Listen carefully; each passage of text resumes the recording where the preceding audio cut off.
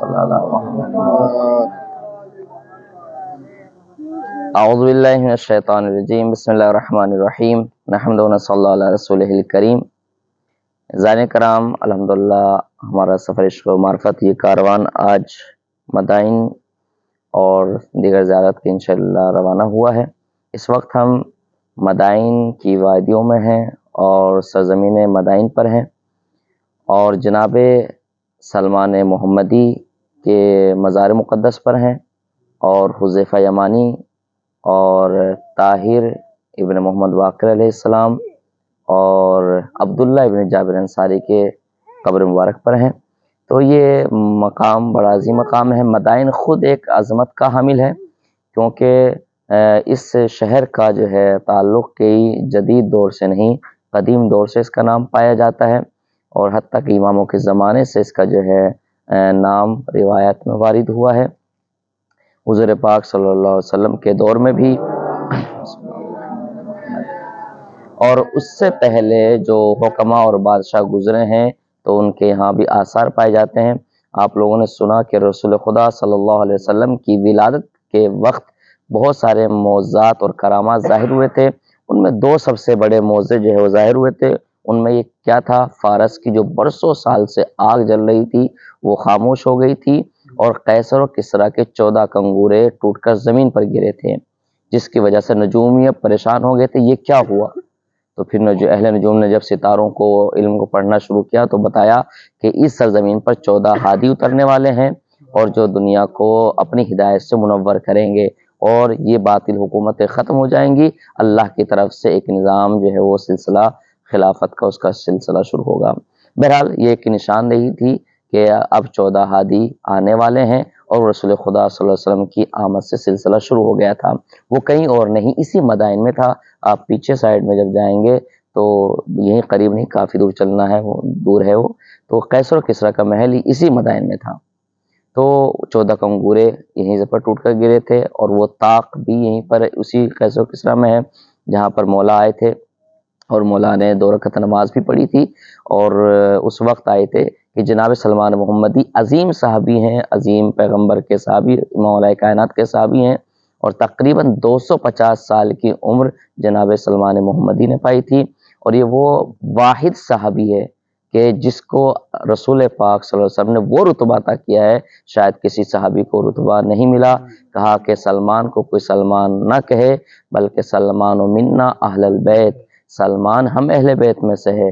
یعنی کسی صحابی کو اہل بیت کے دائرے میں داخل نہیں کیا گیا سوائے سلمان محمدی کے. جب لوگوں نے ان کو چڑھانا شروع کیا یہ تو فارس کے رہنے والے ہیں، یہ تو غیر عربی ہیں، یہ تو عجمی اور دیگر باتیں ہوئی تو پھر کہا کہ اس کو کوئی غیر نہ سمجھے. سلمان وہ ہستی ہے کہ جس کے چہرے سے اسلام دکھتا ہے، جس کے دل میں جو ہے نور اسلام پایا جاتا ہے. مختلف طریقے سے روایتیں پائی جاتی ہیں سلمان محمدی کے بارے میں، بلکہ چھٹے امام نے کہا کوئی سلمان فارسی نہ کہے. اللہم صلی اللہ علیہ وسلم. کوئی سلمان کو سلمان فارسی نہ کہے بلکہ سلمان محمدی کہے، اس لیے کہ میرے جد نے کہا سلمان منا اہل البیت، کہ سلمان ہم اہل بیت میں سے ہیں. تو بہرحال یہ ایک فضیلت کا باب ہے کہ جناب سلمان کو بہت ساری فضیلتوں سے نوازا گیا. اس سے بڑی فضیلت کیا ہوگی کہ جہاں فضہ کا گھر میں آنا جانا ہو وہیں سلمان کا بھی آنا جانا تھا اور کسی اور سے نہیں. جناب فاطمہ زہرا سلام اللہ سے جو روایتیں وارد ہوئیں ان میں سلمان بھی شامل ہے جن سے جناب فاطمہ نے اپنی روایتوں کو ہم تک پہنچایا ہے. یہ واحد راوی ہیں شاید مردوں میں صحابیوں میں جن کے ذریعے سے جناب فاطمہ نے ہم تک روایتیں وارد ہوئی ہیں. بہرحال یہ ایک اعتماد اور ایک اس کی بات ہوتی ہے کہ انہوں نے اپنی دہاڑی کو در اہل بیت سے اتنا رگڑا ہے اور اتنا ان کے در پر نوکری کی ہے تو اہل بیت نے بھی ان کو اتنے کرامات اور فضائل سے نوازا ہے. بہت ساری جنگوں میں شرکت کی ہے. جنگ خندق خاص طور سے آپ سنتے ہیں. خندق کیوں نام پڑا ہے اس کا؟ جب لشکر اسلام کو چاروں طرف سے گھیر لیا گیا، اب کیا ہوا کہ مختصر لوگ ہیں اور بہت سارے کفار جمع ہو گئے ہیں. آخری ایسی بڑی جنگ ہونے والی تھی کہ جہاں اسلام کا خاتمہ ہونے والا تھا. اب کریں تو کیا کریں؟ اس عالم میں جناب سلمان نے مشورہ دیا تھا کہ ہمارے فارس میں ایسا ہوتا ہے اگر کوئی مشکل آ جاتی ہے تو اس میں کیا کرتے ہیں ہم چاروں طرف خندق کھود لیتے ہیں، اس میں آگ جلا دیتے ہیں. تو پھر اب کم وقت میں کون کس طرح سے خندق کھودے گا، لشکر قریب آنے والا ہے اور اتنے ساتھیوں میں کوئی اتنے لڑنے والے بھی نہیں، کم لوگ ہیں. تو جناب سلمان نے مشورہ دیا کہ نہیں ایسے ایسے کیا جائے. بہت صحابیوں نے مذاق بھی اڑایا، نام لینا مناسب نہیں ہے. تو جب وہ ہوا تو جناب سلمان نے جب مشورہ دیا تو رسول پاک کو ان کا مشورہ بڑا پسند آیا. اور پھر کئی لوگوں نے مثلا ایک ہاتھ خندق کھودی تو جناب سلمان ان کے مقابلے میں 2-3 ہاتھ جو ہے وہ خندق کھودتے تھے. اتنا فاسٹ اور اتنا تجربہ تھا ان کو اس کام میں. تو انہوں نے جب ایک کھودی اور جب رسول کو ایک کام پسند آیا، آگ روشن کی گئی، تو جو بڑا لشکر سامنے آنے والا تھا وہ وہیں کا وہیں رک گیا. اب ادھر لشکر اسلام ہے، ادھر پھر اس میں عمر ابن عبدود کا آپ نام سنتے ہیں، بہت بڑا جنگجو تھا جو لشکر کفار کی طرف سے آیا تھا. اس نے اپنے گھوڑے کو ایڑ لگا کر اس خندق کو بھی پار کر لیا تھا اور پھر ادھر آ کر خیمے کے سامنے نیزہ مار کر کہا تھا کون ہے تم میں جو محمد، معاذ اللہ لفظ استعمال اس نے کیا، کون ہے تم میں مرد، اے محمد بھیجو. تمہارا یہ ہے کہ اگر کوئی مرتا ہے تو اس کو جنت ملتی ہے، شہادت ملتی ہے، لوگوں میں معاذ اللہ جنت جو ہے وہ تقسیم کرتا ہوں. اس طریقے سے الفاظ جو ہیں وارد ہوئے ہیں. تو رسول نے بہت سے لوگوں کی طرف اشارہ کیا جاؤ مقابلہ کرو. تو فوراً دائیں بائیں سب دیکھنے لگتے تھے، کوئی اور کھڑا نہیں ہوتا تھا. تو مولا کائنات کھڑے ہوتے تھے، یا رسول اللہ مجھے اجازت دیں. تو مولا بٹھا دیتے تھے تاکہ دوسروں کا بھی امتحان لیا جا سکے، تاکہ جو لوگ آج کے شاید رسول پیغام دینا چاہے مستقبل کی نظریں ہوتی ہیں کہ آنے والے دور میں لوگ یہ کہیں گے کہ عمر جرار آتا ہے یا دیگر جو ہے وہ سے قصیدے پڑھے جائیں گے. لیکن اس جنگ خندق نے واضح کر دیا کہ حیدر کرار کے علاوہ کوئی کرار نہیں ہے.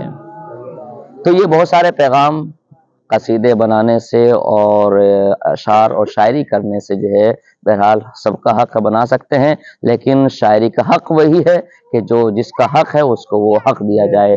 مولا کائنات کے علاوہ نہ کوئی جرار تھا، نہ کوئی جرار ہے اور نہ کوئی جرار ہوگا.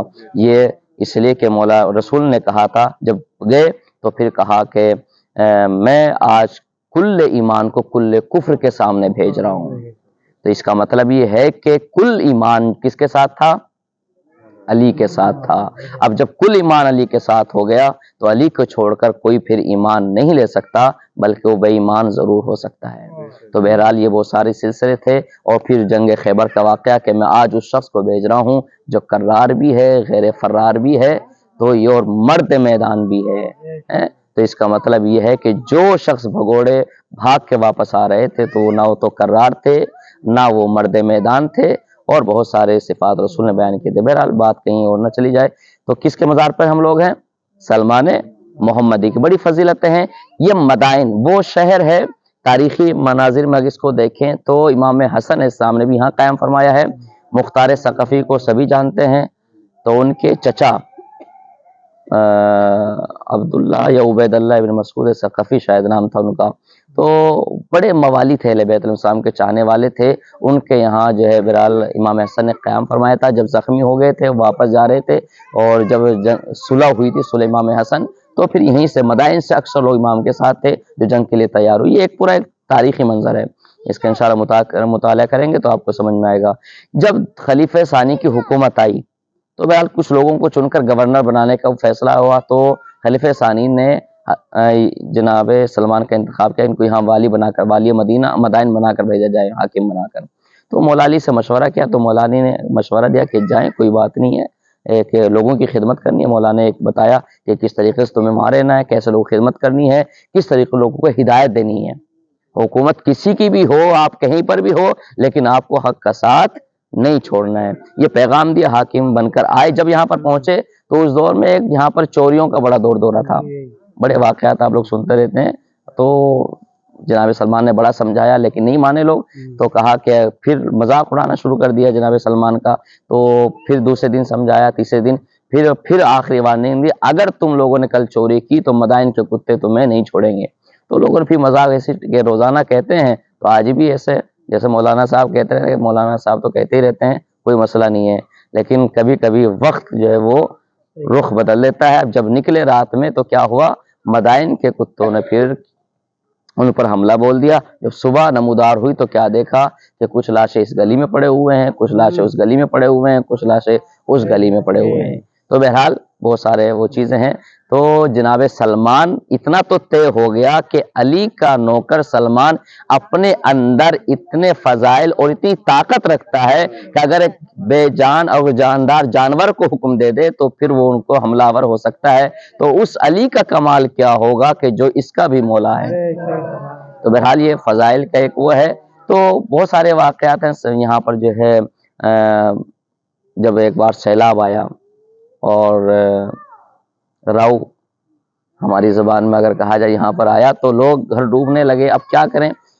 تو جناب سلمان نے بڑی ہدایت دیتے تھے کہ بھئی دنیا کو اتنا نہ اپناؤ کہ تمہیں اسے چھوڑتے ہوئے رنج و غم ہو، لہٰذا اتنا جیو، اتنا رکھو کہ تمہیں احساس ہو کہ میں نے آخرت کے لیے اپنے مہیا کر لیا ہے. اس سے مولا سے پوچھا گیا کیا کیا جائے؟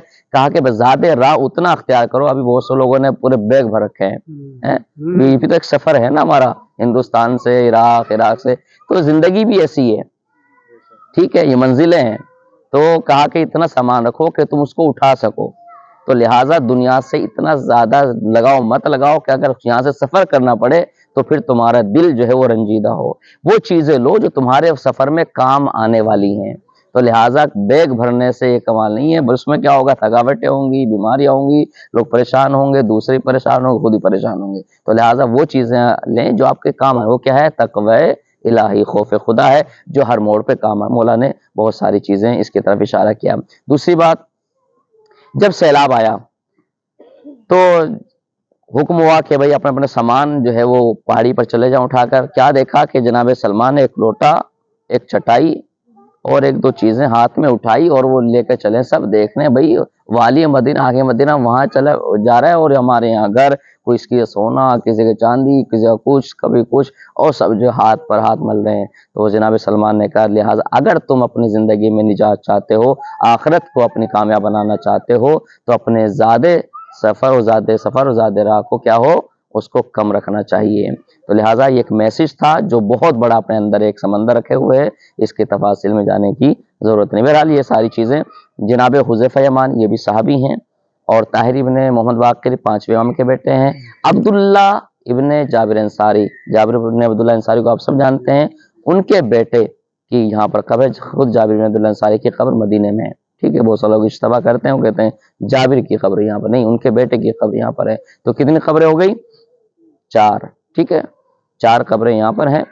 اور حذیفہ یمانی، طاہر بن باقری کی قبریں پہلے دریا کے کنارے تھی. جب سیلاب آیا تو وہاں پر ان کے لاشوں کو نکالا گیا. آیت اللہ بحر العلوم یا بحر نجف سے بہت بڑے عالم دین، ان کے وفد کو بلایا گیا، ان کے لاشوں کو نکالا گیا، وہاں سے پھر یہاں لا کر دفن کیا گیا. ٹھیک ہے، لیکن جب ان کے لاشیں نکلے تو تر و تازہ ان کے لاشیں برسوں کے سالوں کے پڑے ہوئے تھے، لیکن جب ان کو باہر نکالا گیا وہی خوشبو، وہی. کیوں؟ اس لیے کہ اہل بیت ان صاحب کی محبت دل میں لے کے جو مرتا ہے تو پھر ان کا جسم بھی گواہی دیتا ہے کہ ان کا پاکیزہ جسم ہے اور ان کی روح بھی پاکیزہ ہے. تو لہٰذا آج اس دیار میں کھڑے ہوئے ہیں کہ جو ایک اپنے اندر فضیلت کا سمندر چھپائے ہوئے ہے، اور یہی وہ ہستی ہیں جناب سلمان محمدی. جب جس وقت یہاں سے ان کی روح نکلنے لگی تو چاہنے والوں سے کہا کہ میرے قریب مت آنا، مجھے جب میرا انتقال ہو جائے بس میرے اس پر چادر ڈال دینا، اور جب چادر ڈال دینا تو محسوس کرنا کہ میرا جنازہ جو ہے کوئی آنے والا وہ پڑھائے گا. ٹھیک ہے. تو کیا ہوا؟ جب مولا علی کو پتا چلا کہ جناب سلمان محمدی کا انتقال ہو گیا تو وہاں سے مدینے میں، کہاں تھے مولا؟ مدینے میں، کئی 100 کلومیٹر کا فاصلہ ہے. جب مولا کو پتا چلا تو چشم زدن میں مولا یہاں پر آئے، اور جب پہنچے تو سلمان اٹھ کے بیٹھ گئے. روح نکل چکی ہے، مر چکے ہیں. جب مولا کا قدم پڑا تو سلمان اٹھ کے، مولا نے فوراً اشارہ کیا سلمان کیا کر رہے ہو؟ کہا مولا آپ آئے، اب کرنا کام، مرنے کے بعد احترام نہیں ہے، دستور دنیا یہی ہے، احترام. ٹھیک ہے، اس کا مطلب یہ ہے علی کا نام ہی حیات ہے، علی ہی کا نام جو ہے وہ کیا ہے؟ حیات بخشنے والا ہے. تو یہ ساری چیزیں بہرحال پھر مولا نے ان کو غسل و کفن دیا، اور پھر وہ جگہ بھی موجود ہے جہاں مولا کو کفن پہنایا، غسل دیا، نماز جنازہ پڑھائی، اور ملائکہ نے اس نماز میں شرکت فرمائی ہے. تو آج خدا سے دعا کرتے ہیں پروردگار ہمیں بھی محمد و آل محمد کی سیرت پر چلنے کی توفیق عطا فرمائے.